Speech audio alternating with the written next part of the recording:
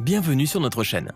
Aujourd'hui, nous allons parler de la façon dont l'un des endroits les plus secs de la planète est devenu un lac pour la première fois en 20 ans. L'ensemble des régions désertiques situées dans la péninsule arabique est connu dans la géographie anglophone sous le nom de désert arabique. Le désert se trouve principalement en Arabie Saoudite, mais pénètre également en Jordanie, en Irak, au Koweït, à Oman, au Qatar, aux Émirats arabes unis et au Yémen. Certaines parties du désert ont leur propre nom. Rub al-Khali, Grand Nefoud, Dana, Petit Nefoud, Nefoud Dahi, Al-Hassa, Bahiba, Jafoura et Tihama. L'ensemble du désert couvre une superficie d'environ 2,3 millions de kilomètres carrés, ce qui en fait le deuxième plus grand désert après le Sahara. En raison des conditions difficiles, température extrêmement élevée pendant la journée, jusqu'à 56 degrés Celsius, et gelée nocturne possible, jusqu'à moins 12 degrés Celsius, la flore et la faune du désert sont très rares. Environ un tiers de la péninsule arabique est occupée par le désert du Rub al-Khali. L'immensité du désert est à couper le souffle. Cette zone de 650 000 km² se trouve dans le tiers sud du désert d'Arabie. Ici, différents types de sable fusionnent pour créer des dunes longitudinales, des dunes Barkhan et des dunes en dôme, dont les plus grandes atteignent 250 mètres de hauteur. C'est l'un des endroits les plus secs de la planète, ne recevant pas plus de 35 mm de précipitations par an. Mais même dans ce cas, il y a des exceptions. Le cyclone Mekounou a frappé la péninsule arabique à la fin du mois de mai 2018.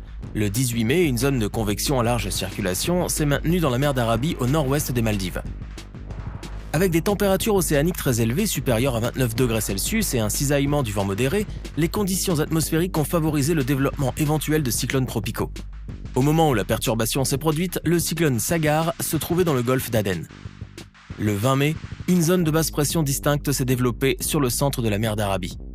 La convection s'organise de plus en plus, aidée par de bons flux sortant au nord et au sud. Le 21 mai, le département météorologique indien, IMD, a classé le système comme une dépression. Le Centre conjoint d'alerte au typhon, JTWC, des États-Unis, a fait de même et a commencé à émettre des avis sur le système tôt le 22 mai, le désignant comme le cyclone tropical 02A.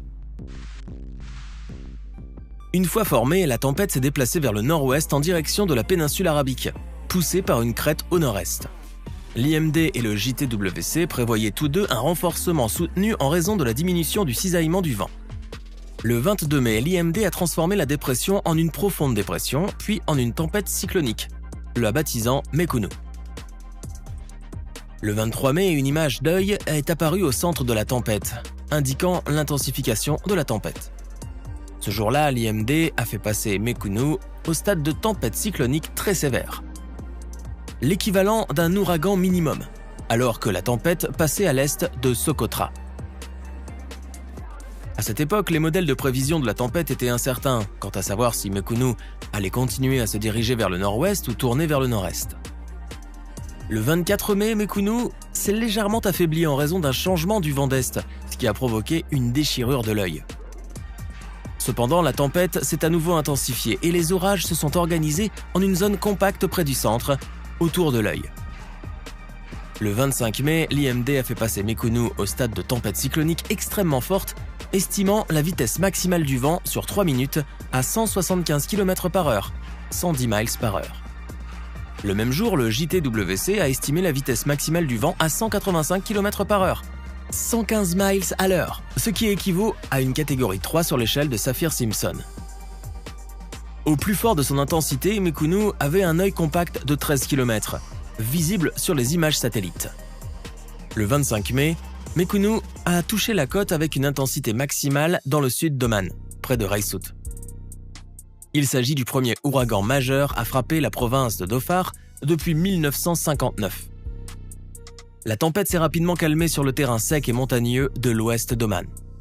Le 27 mai, l'IMD a rétrogradé Mekounou en une zone de basse pression très visible près des frontières d'Oman, du Yémen et de l'Arabie Saoudite. Le cyclone Mekounou a frappé l'île de Socotra en passant à l'est de celle-ci, provoquant des inondations qui ont mis hors service une grande partie des communications de l'île. Cela a incité le gouvernement yéménite à déclarer l'état d'urgence. Plus de 1000 foyers ont été évacués. Les inondations ont érodé la route principale reliant Adiba à l'aéroport de Socotra, ainsi que des routes sur les côtés est et ouest de l'île. Des glissements de terrain ont recouvert des fermes, détruit des réserves de nourriture, abattu des palmiers et emporté des milliers d'animaux. L'ouragan a également endommagé des puits, provoquant la rupture des systèmes d'égouts et privant les habitants d'eau potable. 5 voitures ont été détruites par les inondations et plusieurs maisons ont été endommagées. L'ouragan a renversé 120 bateaux de pêche et détruit plus de 500 filets de pêche. Dans le Yémen continental, de fortes pluies ont endommagé des routes, des voitures et des bâtiments dans les provinces d'Hadramaout et d'Al-Mahra. Le cyclone a endommagé les lignes électriques et les générateurs, entraînant des coupures de courant. À Al-Aibri, les inondations ont isolé environ 2000 personnes pendant environ 3 jours. La tempête a renversé 2 bateaux à Al-Gaïda. Le cyclone Mekounou a frappé Oman avec une intensité maximale, provoquant des vents violents et de fortes pluies. La tempête a déversé 278 mm, 10,9 pouces de pluie en 24 heures, soit 5 fois la moyenne annuelle des précipitations. Les fortes pluies ont inondé les routes, les zones de faible altitude et les lits de rivières asséchés. Salalah, à l'est de l'atterrissage, a enregistré des vents soutenus de 96 km/h, 60 miles par heure. Dalkout, le long de la côte, a enregistré des rafales de vent de 110 km/h, 70 miles par heure. La tempête a établi plusieurs records, dont des records de vitesse de vent et de précipitation pour la région. On dénombre 31 décès connus et les dommages matériels sont estimés à 1,5 milliard de dollars. L'ouragan Mekounou a remodelé le paysage naturel. Les dunes de sable d'Arabie Saoudite ont été encerclées par les eaux, les transformant en îles de lacs. Les pluies ont créé les premiers lacs dans le désert depuis près de 20 ans, sur lesquels devait pousser une végétation capable de nourrir les chameaux locaux pendant 2 ans. Les fortes pluies de Mekounou ont créé des conditions favorables à la reproduction des criquets à Rub al-Khali. 5 mois après la tempête, le cyclone Nuban a apporté des précipitations supplémentaires dans la région, permettant à davantage de criquets de se reproduire. En février 2019, l'infestation acridienne s'était propagée dans la péninsule arabique et en Iran, puis dans la Corne de l'Afrique, en Inde et au Pakistan, pour finalement atteindre 10 pays. En février 2020, le Pakistan a déclaré l'état d'urgence en raison des criquets qui menacent la sécurité alimentaire. En août 2022, un cyclone tropical a de nouveau frappé le littoral du Sultanat.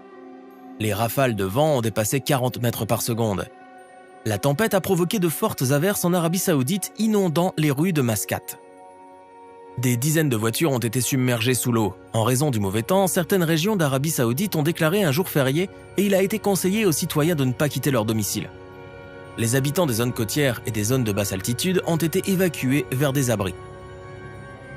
Un cyclone tropical s'est formé près de la côte indienne, dans le nord de la mer d'Arabie, et s'est déplacé dans le golfe Persique. Un tel phénomène naturel a été enregistré pour la première fois dans l'histoire des observations météorologiques.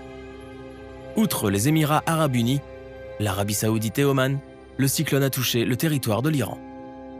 La quasi-totalité de l'Arabie saoudite n'a pas de rivière ou de source d'eau permanente. Des cours d'eau temporaires ne se forment qu'après de fortes pluies. Elles sont particulièrement abondantes à l'est, à Al-Hassa, où il y a de nombreuses sources qui irriguent les oasis. Les eaux souterraines sont souvent situées près de la surface et sous les lits des oueds, lits de rivières secs et vallées fluviales érosives. Les fortes pluies ont fait déborder les rivières et les routes se sont transformées en un amas d'eau et de sable. Considérant qu'il s'agit d'un phénomène très rare pour cette région, le pays n'était absolument pas préparé.